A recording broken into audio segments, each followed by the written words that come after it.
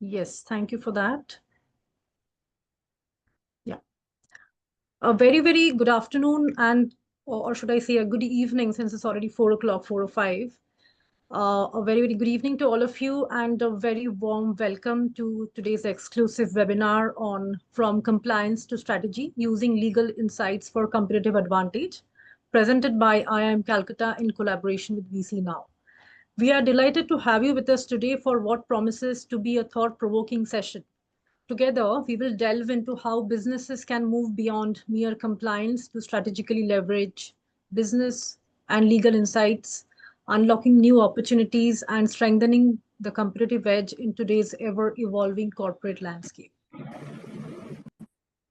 As organizations navigate the complexities of globalization, technological disruption, and an ever-evolving regulatory environment, the ability to understand and adapt to emerging legal trends has become absolutely essential for sustained success. In today's session, our distinguished faculty from IIM Calcutta will share valuable insights and strategic perspectives to help you anticipate change, manage risk effectively, and stay ahead in this transformative era. We are equally excited to introduce you to IIM Calcutta's 6-month online executive program in business and corporate laws. As organizations strive for growth, the knowledge of corporate and business laws has become indispensable in setting up a competitive edge. The modern legal structure is intricate and multifaceted, leaving companies in need of professional legal minds to guide them through decision-making processes and ensure that their insights and their interests are safeguarded, their markets effectively shaped, and they have the upper hand. EPBCL enables new age professionals to leverage law as a strategic tool.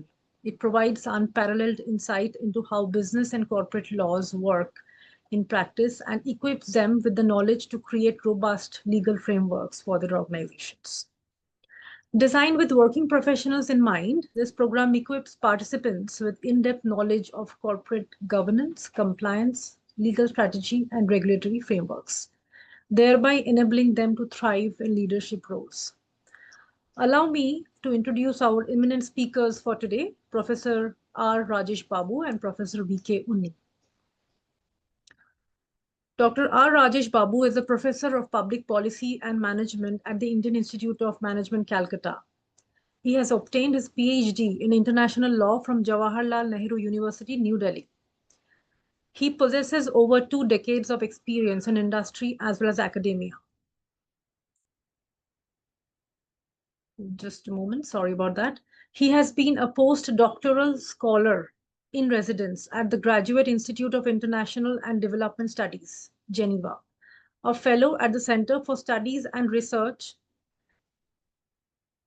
Hague Academy of International Law, and visiting fellow at Hamburg University. He has served as senior legal officer in Asian African Legal Consultative Organization, New Delhi, and Intergovernmental Organization, IGO. He also practiced law at the High Court and the subordinate courts briefly. He is a regular contributor to international journals, magazines, and books. Dr. V.K. Unni is a professor of public policy and management at the Indian Institute of Management, Calcutta, and teaches at the doctoral and postgraduate levels. He is a corporate lawyer by training and has obtained his PhD in intellectual property law, banking and finance law from National Academy of Legal Studies and Research, Nalsar University, Hyderabad. He has also taught at the said university previously. His career in academia spans nearly 2 decades, and he was the first Indian IP academician to receive the prestigious Thomas Edison Innovation Fellowship 2016, awarded by the Center for Protection of Intellectual Property, CPIP, Antonin Scalia Law School, George Mason University, Virginia, USA. He was also awarded the Max Planck India Fellowship for the term 2008 to 11 by the Max Planck Society, Germany, and was the first and only awardee from the field of law. He has also been a scholar in residence at the University of California, Davis School of Law, UCLA, awarded in 2011. He has taught at Nalsar as well earlier, as I have already mentioned before, and he remains a regular contributor to international journals, magazines, newspapers, as well as books. This was all about our eminent speakers for today, Professors R. Rajesh Babu and Professor V.K. Unni. We hope this session provides you with the valuable insights and inspires you to view legal acumen not just as a compliance necessity, but as a strategic asset for driving business growth and innovation. We encourage you to actively participate and share your thoughts on questions during the Q&A session, which would be held right after the discussion by our eminent speakers for today. Please put forward your questions in the chat box and also raise your hand. We would prompt you to do that. If you have the questions, you are going to be allowed to unmute yourself and present your questions directly to the professors for today. Thank you for joining us once again, and let us dive into an engaging and enlightening discussion. Over to the professors. Yeah, very good afternoon to all of you. Thank you, Shreyashi, for the kind introduction and detailed introduction. So this is how we will, the way we will proceed. I'll just give you a very brief of IIM Calcutta as an institution, and then of course both of us will engage one by one on about briefly about the institution. Then we will briefly talk about the setting the context of regulatory environment and the role that law plays in a in a business environment. We also kind of talk a bit about the program as well, right? And then of course, needless to say, we will have a conversation around around that. So just to briefly introduce, IIM Calcutta, as most of you may know, is the first IIM established by the central government. It was part of an effort by the central government to kind of establish premium institutions like IITs, and IIMs were also established. IIM Calcutta and IIMA, to a large extent, was parallelly kind of established. In 2027, we became a statutory body as well because IIM Act came into being. Right? In the last 60, 61, 62 plus years, we have been able to, IIM Calcutta has been able to establish a very pioneering stature, both not only in India, but also globally. So just to give you a brief idea about our global standing and stature, particularly in the international rankings, etc. There is something called QS ranking, right? We are ranked globally 50th and third in India. In terms of global MBA 2026 ranking, we are 64th globally and third in India. There is something called the FT ranking, Financial Times ranking, again international ranking. We are ranked 61 globally and third in India, as well as again MBA 2025 ranking, FT ranking 61 globally and third in India. We are also ranked first in India in LinkedIn ranking as well. And so in that sense, we have been, been able to kind of establish a reputation for ourselves globally. In addition to that, we are also accredited by what we call it as triple accreditation by three international agencies, AMBA, EQUIS, and the ASESP. Right, these are European as well as some US accreditation agencies. Right, all of them, one of the unique institutions, one of the first institutions which has three accreditations, equally important accreditations. In addition to that, we are also the only institution in India which is part of SENS. It's an association of European management institutions, right? And we are the only, every country has only one institution which is part of it, and India is, in India, we are the representative. In terms of what IIM Calcutta does, IIM Calcutta has regular programs, and there are broadly 5 programs that we run.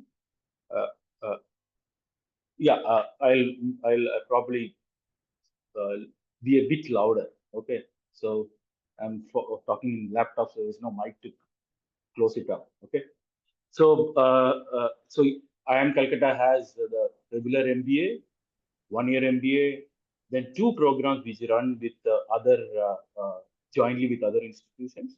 One on visionary leadership in manufacturing, the other in on business analytics, and we also have a 5 year PhD program. This is the portfolio of programs.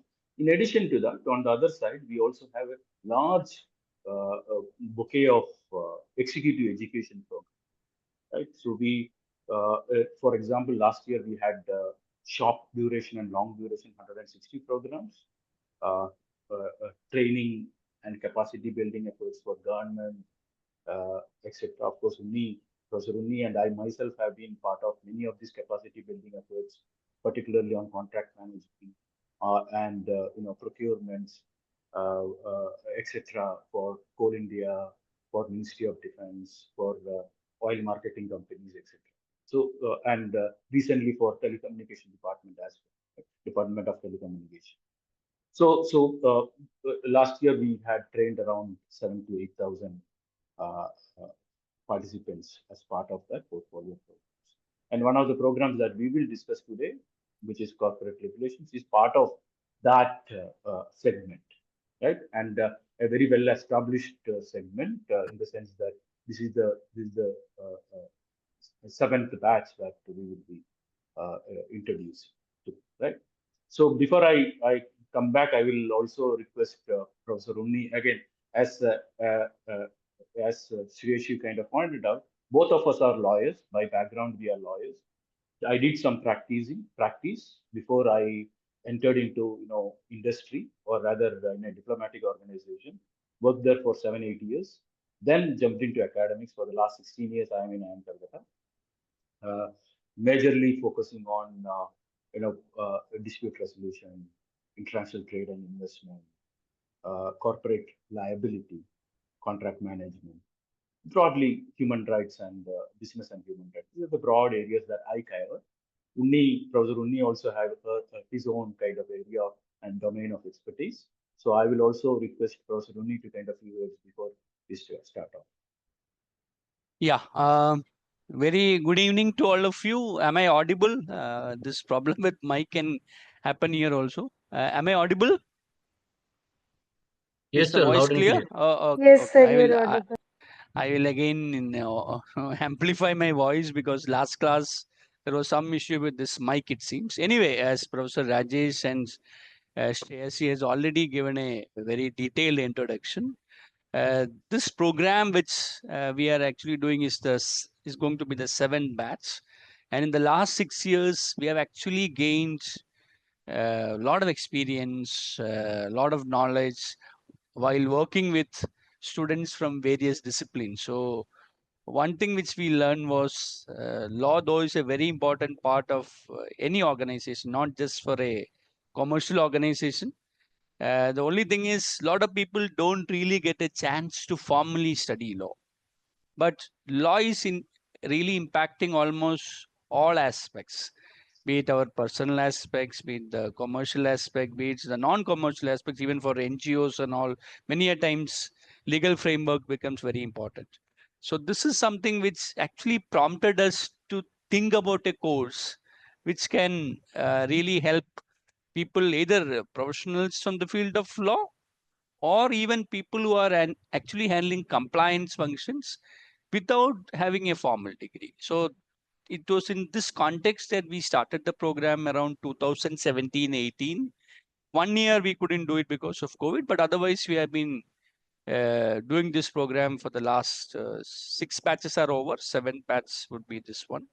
So what I would briefly talk about the structure of the program is it's divided into 6 components, with primarily dealing with dispute resolution, competition law, then corporate law is taught in 2 different modules. There's an advanced corporate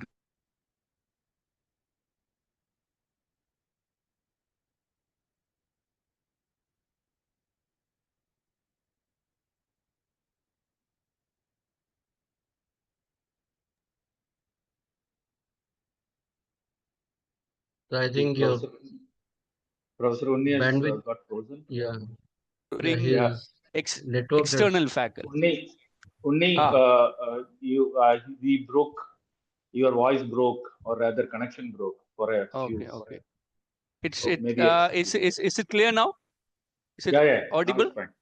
Yeah. Okay, I didn't get any signal here. So what I was telling was this particular program has about 6 different modules, and as you know, modules are arranged in such a manner that except corporate law 1 and 2, all other modules really reflect the word module, which means you can have a standalone one also. Corporate law 1 and 2, there is some, unless you learn corporate law 1, you can't get into corporate law 2. But otherwise, these modules are arranged in such a manner that people will be able to really understand the nuances as well as the advanced topics within this 18 hours of what we do. So this is the plan which we have. And also we have campus visits, which are again very important part of this entire course. And that's what actually distinguishes our course from many other programs, because you come to the campus, you become part of the institute. Institute also, we also see online, in spite of all the advantages, have a lot of limitations. So when you come to the campus, you interact. You can't imagine, even before logging on to this program also, I was just interacting with some of the previous batches about various aspects. So this is something which we actually build over a period of time. And I would say that we have also benefited in the sense that we have also learned a lot, because we have professionals from different sectors. For example, somebody who heads the tax division of a very large IT company, somebody who is the chief privacy officer of a very large organization belonging to a large conglomerate. So that way, somebody who is practicing lawyer, somebody who are very young, somebody who has just passed out from a law school, who was working in a top law firm. I asked him, "You are working in a top law firm. Why do you actually come for this program?" He said, "Sir, we actually handle certain aspects. We know lots of things about that. But if you really want to get into something else, there is no proper way that we can accumulate. And internet now, there are a lot of materials available. You really don't know which one is correct, which one is unbiased or not." So he was selling, and after this, he has actually left that organization. He's on his own, and he was selling, after this course, I really feel triple confident of making it really successful. So, and people who earlier were working as senior associates, after doing this program, becoming elevated to partners, all those are something which we also cherish a lot. So as I mentioned about very briefly about the program structure, and also the campus visits, which are very integral part of this entire program, where we also try to get into areas which we generally don't cover as part of this course. So that's from me with respect to the course part. As we move forward, anything specific I can always contribute here. Right. Thank you. Yeah, Unai.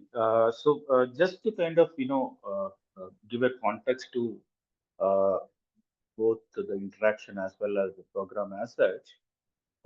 See, what generally happens is that whenever we interact with students or with the professionals which we have interacted with, often there is a view that law is something that constrains you, right? So it's essentially that kind of gives you a boundary, it sets a boundary, right? Gives you say that what to be done, what not to be done, particularly from a business point of view, right? So most often what companies does is, either to circumvent it or go into the compliance track of it, right? So whether you are trying to kind of, then there are many companies who do that. We all know. Some of them have been in the bad side of law as well, right? So most often companies don't comply or do lip service as far as compliance is concerned, get into trouble, and some do comply with the law, strict compliance with.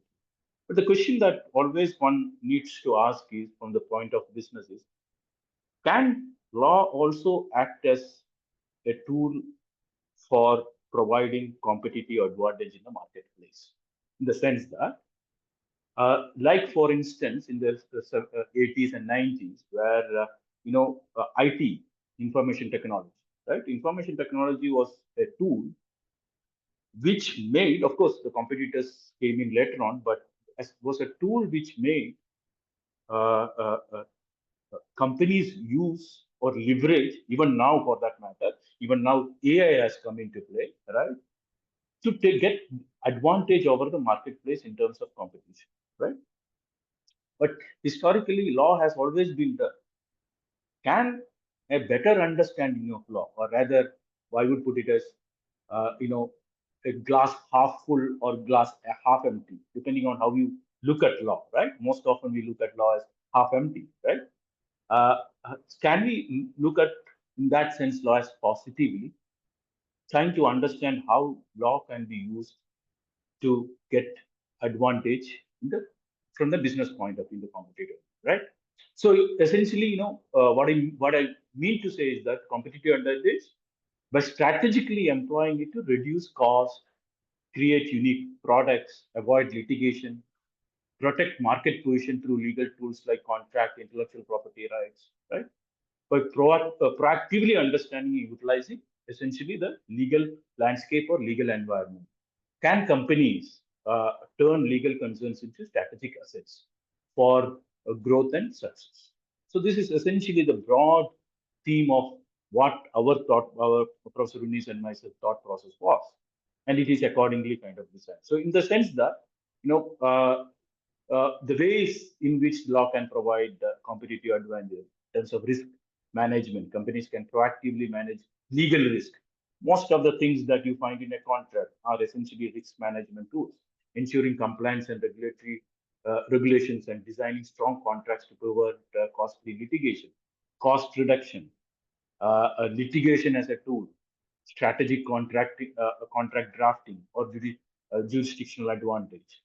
So at a broader level, what our attempt is to understand the legal landscape, going beyond just immediate legal challenges, meaning compliance, etc., right?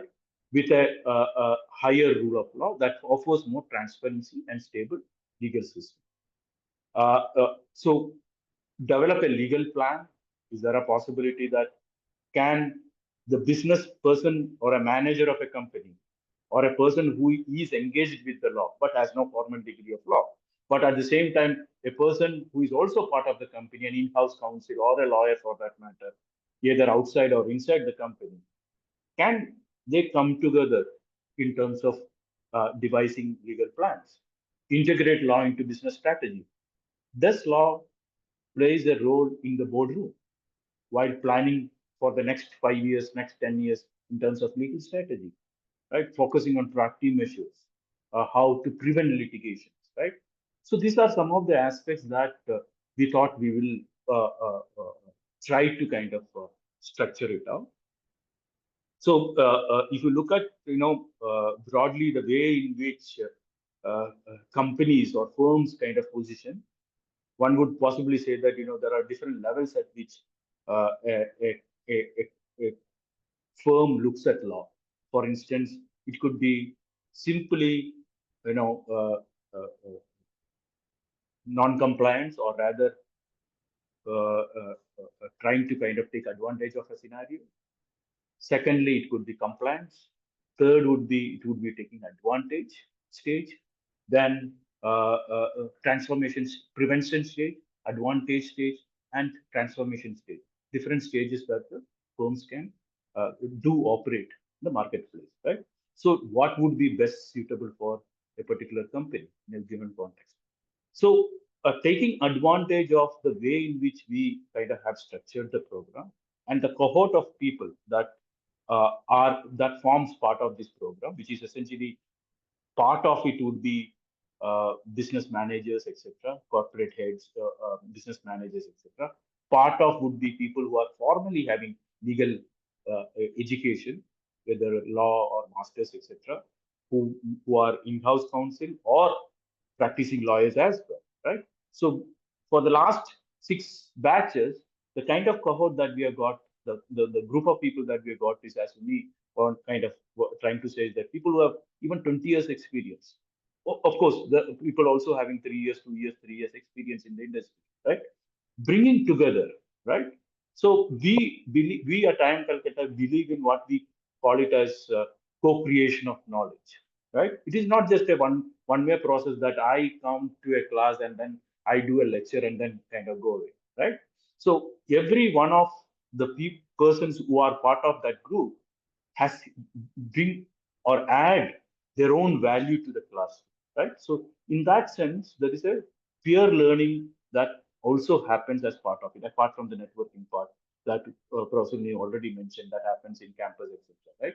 So our essential idea is to kind of bring a program which can bring in both business and law, and trying to kind of have a conversation between these two, and how both can mutually benefit from from that relationship. That is a broad kind of structure, right? So accordingly, we have structured this. Of course, given the limitation of time, right? We have it's a program, so we have 120 hours or so that we have structured the program, and we have focused certain themes as Professor Unni mentioned: advanced corporate law, dispute resolution, trade and investment, competition law, consumer protection. These are some of the themes that we have chosen.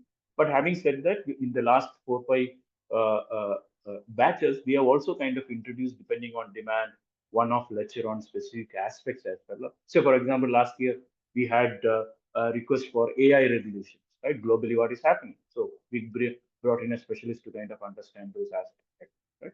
So this is how we have kind of planned it across, and uh, it has, and every batch we have been able to kind of improve on the kind of course structure that we had over a period of time. And as Professor Unni kind of mentioned, all of them are, I have five or six, LinkedIn groups where we still interact with those batches, right? Almost on a daily basis. Of course, Unni is more active than me, but yeah. So I stopped there. Unni, if you wish to kind of add anything more than that. No, anyway, you have covered almost all aspects. I would like to hear from some of the participants whether they have anything specifically on this. But the main thing is this particular program, and also we have a capstone project, which is also an inherent part of this course, where they will be also having that kind of camaraderie in the entire course, where you'll be forming different teams and working upon areas, and finally you will be presenting when you visit the campus. So all this actually makes the course, I think, more enlightening, as well as also having the kind of feeling where you are part of a class, you are part of a group, you work together, you find out which all areas you can cooperate more, which are the areas where you need to improve. So all those things, presentation skills when you present before the group, all those things are actually part of this particular course. And as I told you, this year we had, because privacy is becoming more and more important, although the rules are not yet fully notified. We actually brought somebody who is a very senior person who is actually heading. He's the chief privacy officer of a large. I would name the organization because then you can find out of a very large conglomerate. And that person came because she was our student earlier. Otherwise, she would not have come. And because she's so busy, and nowadays, the privacy matters, most of the matters need approval from the board. That way, many a times, she has to give presentations before the board of directors, and it's a very large company. Again, last week when we had the validatory session, we had actually a person who was a resolution professional of a large conglomerate who successfully resolved a company, and he was coming and giving the real life experiences, not just the theoretical part of the insolvency and bankruptcy code, but the real challenges faced by a resolution professional when the process of IBC actually happens in the NCLT or as part of the resolution process. And it was narrated by a resolution professional. He was himself a resolution professional, and somebody who actually again advises the board of another large IT company on tax matters. So his presentation itself was tax strategies for the board, because most of the uh, matters involving M&A always as a kind of a board supervision. Board is constantly involved with that.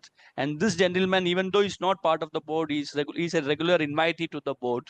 So he was telling the strategic perspectives with respect to taxation matters, which generally tax is not part of this course. But still, since people have already studied courses on M&A and all, it made a lot of sense for them to understand how tax matters play a major role and how serious the board is about these kinds of matters.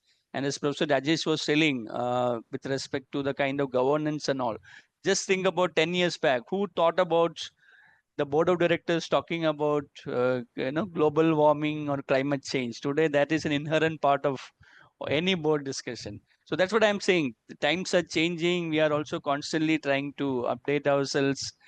Students help us a lot in not doing that, because students means it need not be just the MBA students in class. Once you are there, we are all in a way a learning kind of cohort happens there. And you also learn from your peers, because somebody might be very good in the financial sector, another person might be very good in the infrastructure sector. I've seen that happening in WhatsApp groups, people helping themselves. When a new position comes up, they immediately post in the group. And let me tell you, when things being equal, knowing somebody matters a lot. That is something which,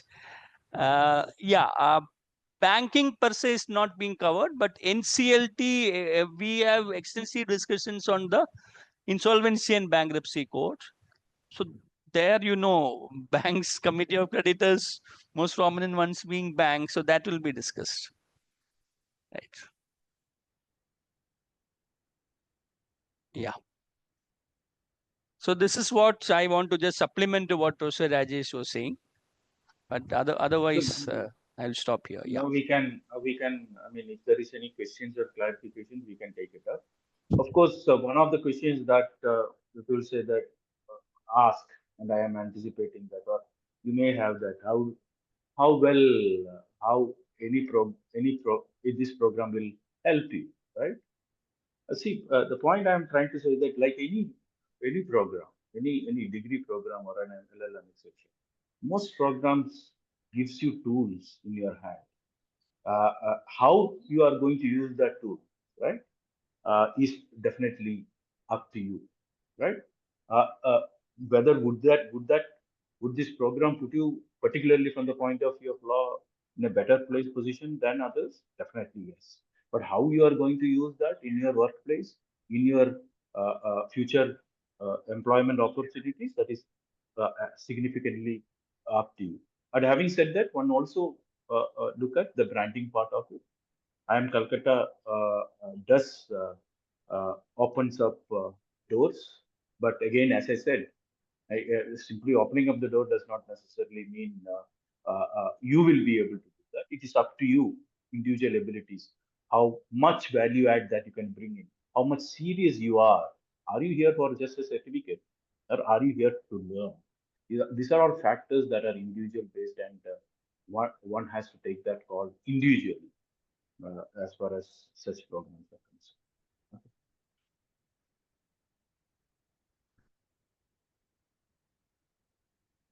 concerned.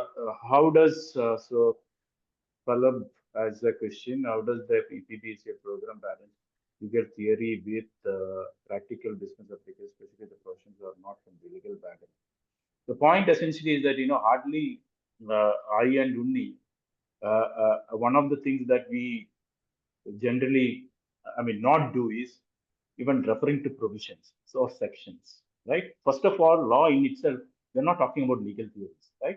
These are all practical things that are implementable, right? Theory is for, theory is essentially for, law students in that sense, or a research students, right?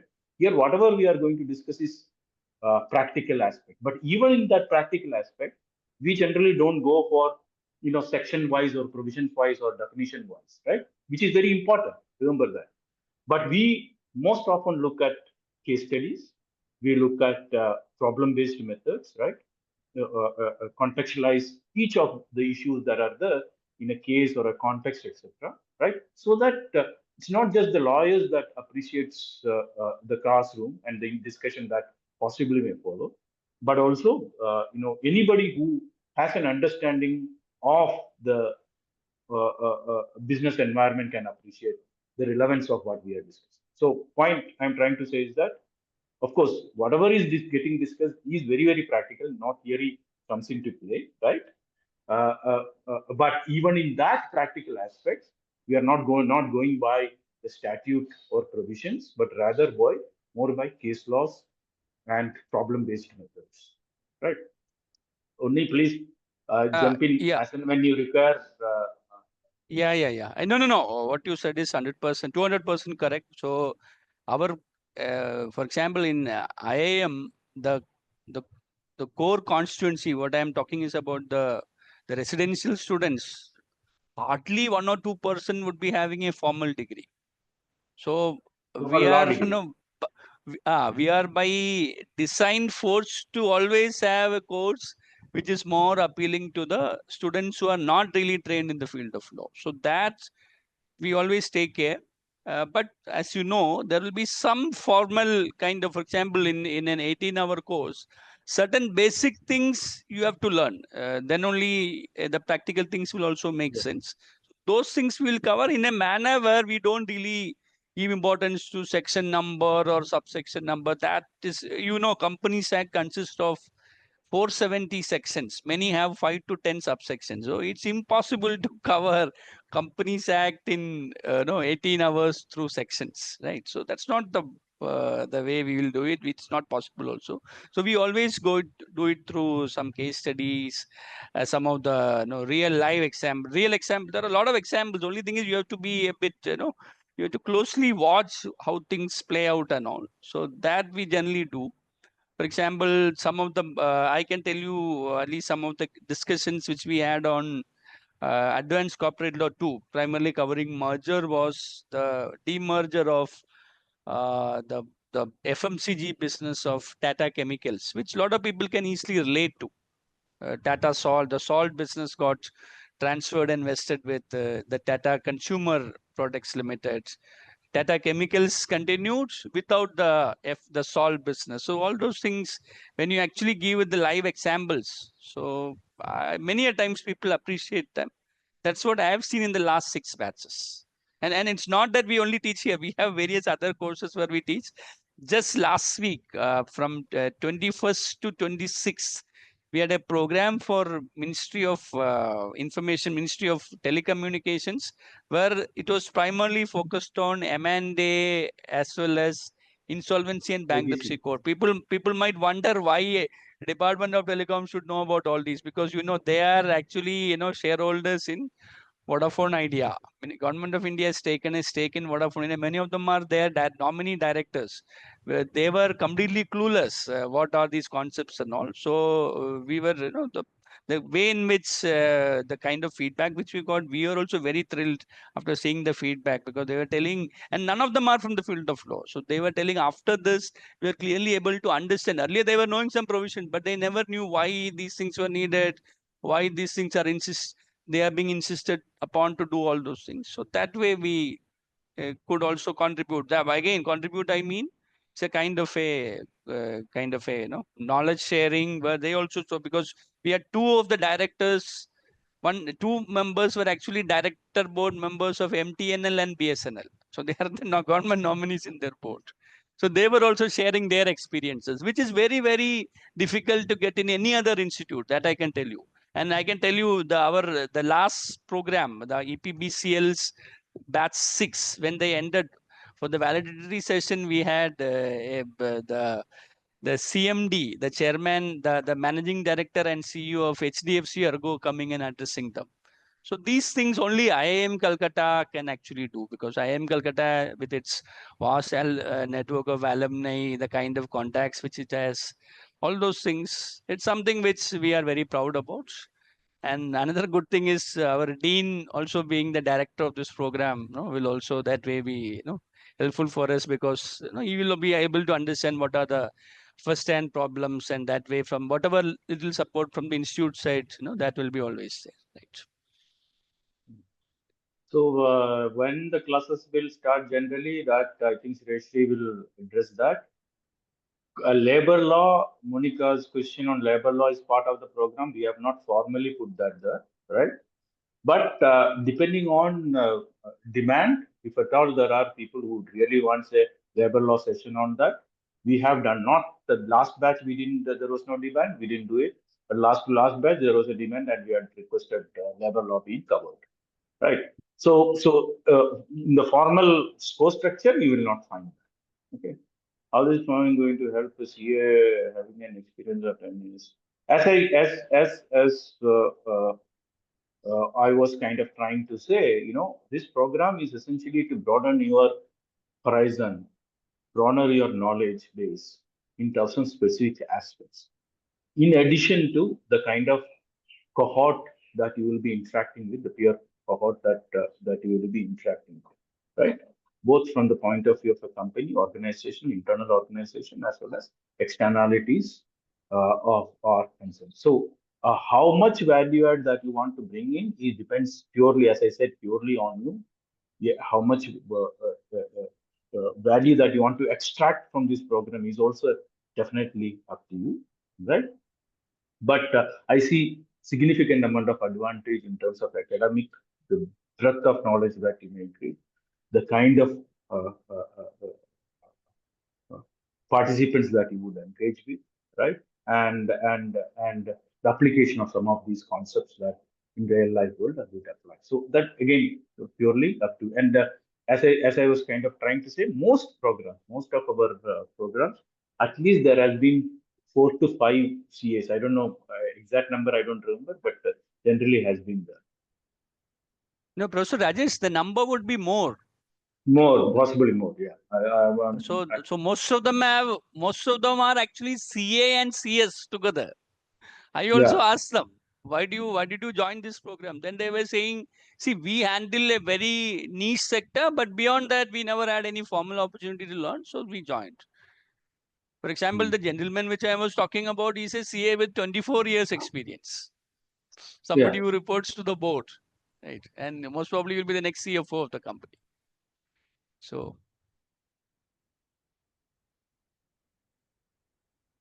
any.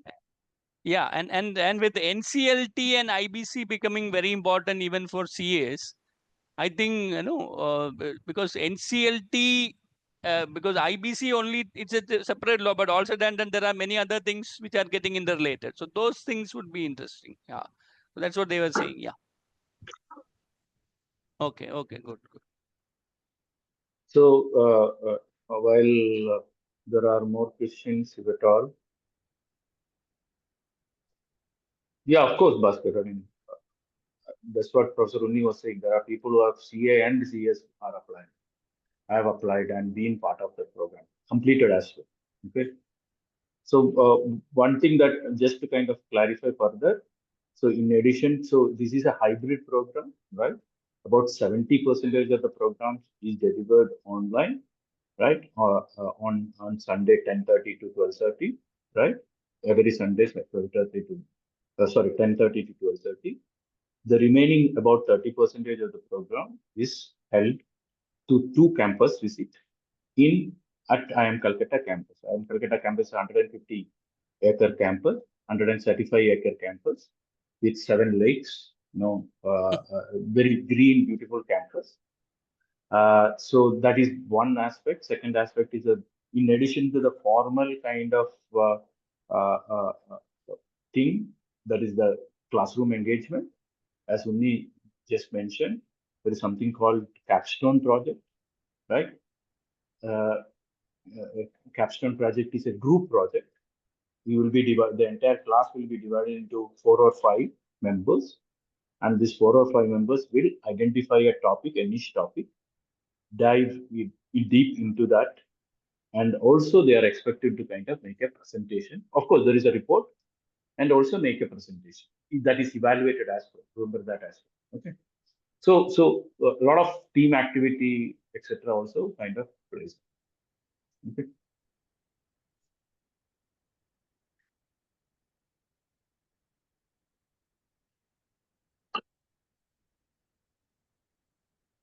So anything more, seriously, if there is. Yes, so we have a small presentation, a short presentation rather, with the details of the for the benefit of the participants. I'm Yeah, assuming with that, a lot of the questions and concerns that they have about the yeah, yeah. program. Richie has a question, please. I think Ruchi has raised her hand. Yes, Ruchi. Yeah, hi, sir. Good evening to all of you. Very Good good Hello. evening. evening. Yeah, Very good evening. actually, I'm sorry, but with some reason I exit two, three times. I don't know whether my question has been taken by you people or not. You can ask once more time. One more time. You can ask one more time, please. Go ahead. Okay, sir. My question is this: like right now, I'm handling profile of executive assistant to chief operating officer. And side by side, I'm handling the agreements also, like whatever agreements our company is dealing into, I'm handling Hmm. that also. So Hmm. will this course help me to get more into this? Uh, on what? Contract Like, yeah, drafting. no, not drafting right now. I'm just reviewing the contracts, Yeah. agreements, like whether the terms conditions are feasible or they Yeah. are as per the company norms and regulations. So these are the things I'm like verifying right now with all Right. the customers. Absolutely. Absolutely. If you are Mm. looking at understanding the structure of a contract, understanding the jargons that are used in a contract, the implication of some of these provision in real day world, etc. Absolutely. Depending on what you want and how you want to structure that, etc. That absolutely that would be something that would help you out. Okay. And my another question is this, like, do we get any of the assignments or practicals like on based of real world corporate case studies and scenarios? See, Ruchi, uh, if you look at the legal cases, I mean, there are Mm-hmm. hundreds of cases or thousands of cases in Supreme Court, High Court, right? Mm-hmm. They are all Okay. real world cases, okay? Business cases, Okay. right? What Professor Unni has already mentioned, three or four Mm-hmm. already here, right? It was in Yeah, a lecture I'm mode so already, sorry, sir, okay? but actually I exit two, three times with some No, no, technical that is reasons, fine. so That is maybe I fine. missed the points. Yeah, yeah. Mm-hmm. That is absolutely fine. So what I was trying to Mm-hmm. say is that it would be based on real cases. Most of them Mm-hmm. we don't need to create an artificial case because we have cases for every Mm-hmm. situation, right? Okay, So okay, sir. most of the classes will be the underpinning aspect will be on the legal problems coming out of the cases, right? Mm-hmm. Mm-hmm. Okay, sir. Right. Yeah, thank you so This much. okay. Now, to answer Vandana, core sales and marketing discipline depends on are I would put it as this way: are you a person who would like to kind of go into the managerial role in a corporate world, middle level to senior level? Is that your aspiration, right?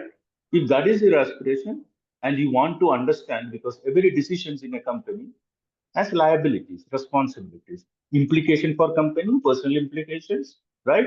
It's as I also kind of mentioned, whenever you are entering into a contract or any type of transactional relationship with other or with the B2, whether it is B2B, B2C, or B2G, right?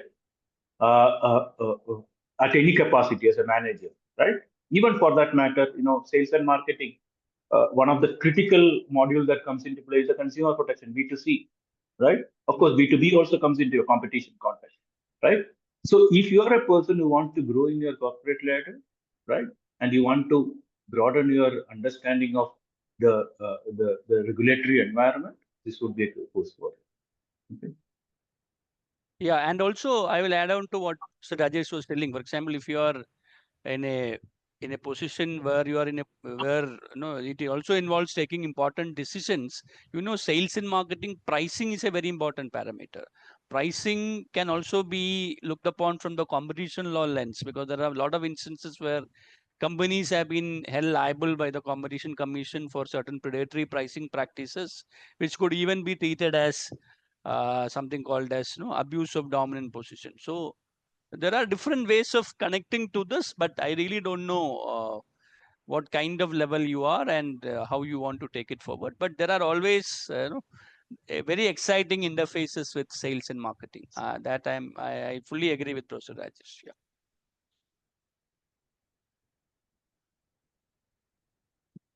Okay. Professor, should I share the program details for the benefit of the participants? They might have Yeah, please, queries. please go ahead. Take a minute or two. Yeah, sure. Thank you. I will just share my screen.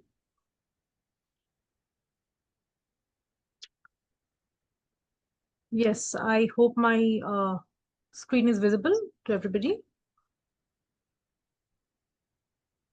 Yes. Yes, Yes. thank you. Yes. So I will just take you through the basic details of the program that we're talking about here, the Executive Program in Business and Corporate Laws. This is the 7th cohort of the batch, as also mentioned sometime earlier in today's webinar. The program duration is of 9 months, and you need to be a graduate or a postgraduate with a minimum 50% aggregate marks, along with 2 years of work experience to be eligible to apply for this, right? And the mode of delivery is live online. You can access the classes live online from the comfort of your home through your laptop. And there would also be campus modules wherein you would be required to visit the IIM Calcutta campus. You can interact with the program directors and other professors who would be taking your classes, as well as interact with your fellow participants in the cohort. There would be a 4-day campus immersion at the beginning of your program, and there would be another campus immersion of 3 days towards the end of your program, right?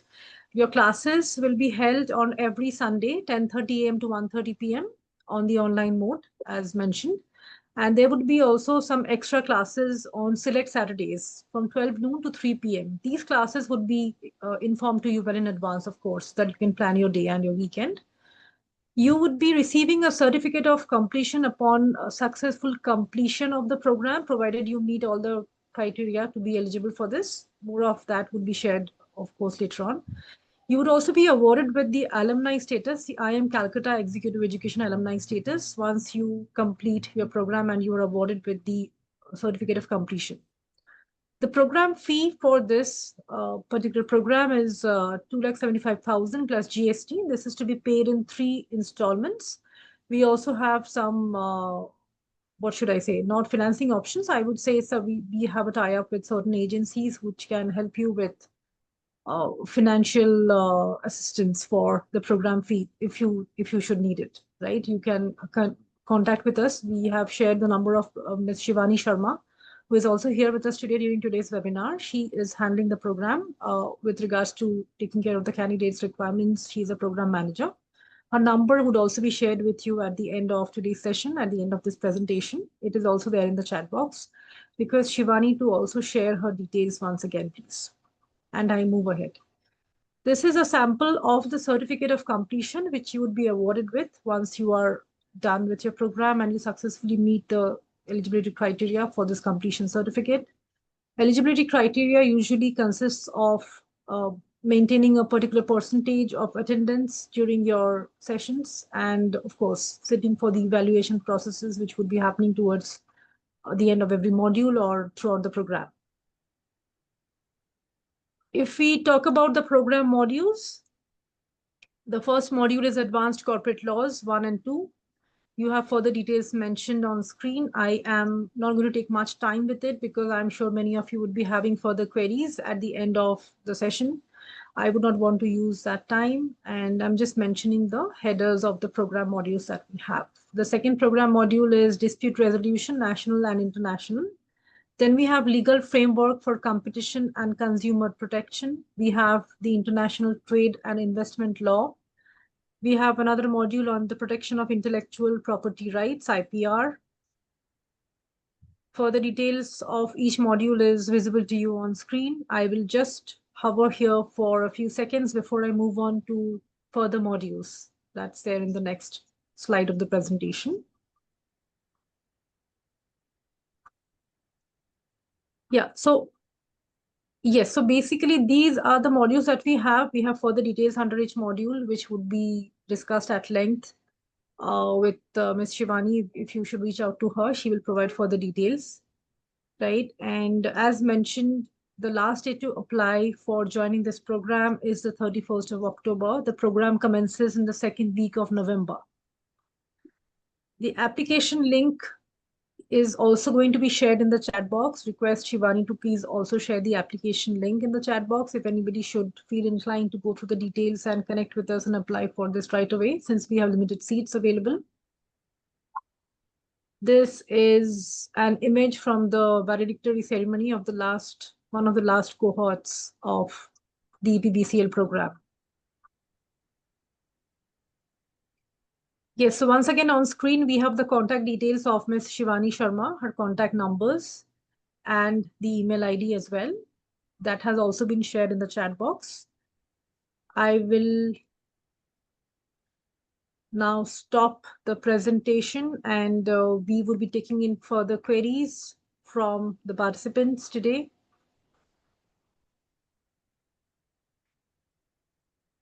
Yes, so should you have any further questions that you want to unmute yourself and ask? I see a couple of queries. Okay, let me just take up the queries that I have visible in the chat box. Mr. Pratik mentions what could be the start date and dates of the first campus visit. Right, so Pratik, we will be in touch with you individually. So the first campus visit dates are not fixed as yet. They will be somewhere, I am assuming they will be somewhere in January or February. We do not have the dates as yet. So please treat these as tentative dates. We do not have the dates available with us, right? So once we have... Generally, it would be 1 month to 1.5 months from the start of the program. Generally, we'll try to schedule that. Yes, Okay. yes, Professor. Yes. So But once we have... we'll give you enough notice so that you can appropriately book and plan. Yes, so you can accordingly plan your travel. You will be informed well in advance, for sure. That is definitely going to be there. Yes, so I would request the participants to either raise your hand or share your queries in the chat box, since we are almost towards the end of today's informative session with the professors present with us today. You can still utilize the opportunity to ask any questions that you might have. Okay, Pratik is again having another query. Does it usually cover a weekend? Generally. Yes. Generally, I cannot assure that, but generally it is usually either a Thursday, Friday, Saturday, Sunday type. Okay.